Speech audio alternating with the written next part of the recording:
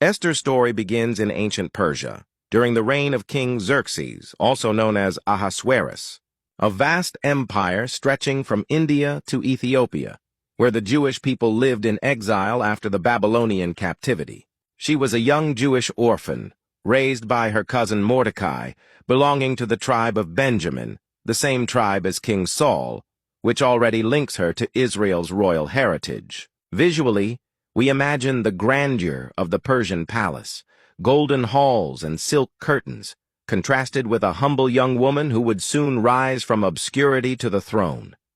The king, after deposing his first queen Vashti for disobedience, sought a new queen, and Esther, known for her beauty and grace, was chosen among many maidens brought to the palace, but what truly set her apart was her wisdom, humility, and courage. At Mordecai's advice, she kept her Jewish identity hidden, waiting for the right time, a decision that would later save her people. The turning point of her story comes with the rise of Haman, a powerful official in the Persian court who hated the Jews, especially Mordecai for refusing to bow before him, and in his pride he plotted to exterminate all the Jews of the empire. Here, visuals shift.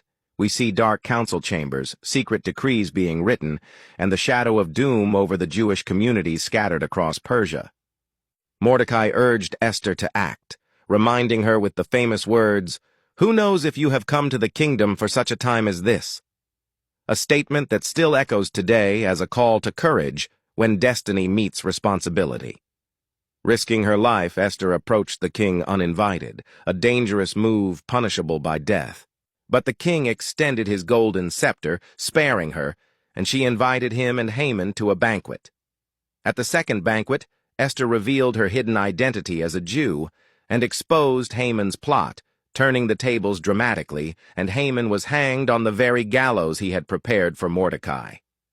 Visually, this is the great reversal, a feast turning into judgment, despair turning into triumph, and a young queen standing boldly before the throne of the empire.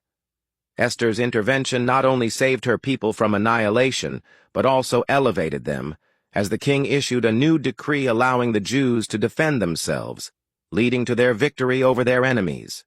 This triumph is remembered in the Jewish festival of Purim, celebrated with joy, storytelling, and acts of charity, keeping Esther's courage alive across generations. Though Esther's descendants are not explicitly recorded, her legacy is spiritual.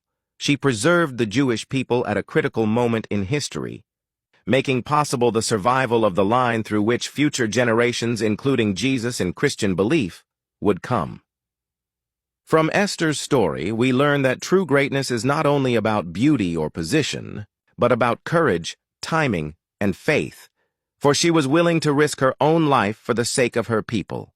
We also learn about divine providence. Though God's name is never mentioned directly in the book of Esther, his hand is seen guiding every twist of the story, showing that even when God seems hidden, he is at work. For modern audiences, Esther's life reminds us of the power of standing firm in our identity, of using influence not for self, but for others, and of recognizing the moment when silence is no longer an option. Visually, the story can close with the image of a crown, not just of gold, but of courage, resting upon the head of a young woman who turned the tide of history. Esther, the hidden queen who became the voice of her people, shows us that one life, surrendered to courage and destiny, can change the fate of nations.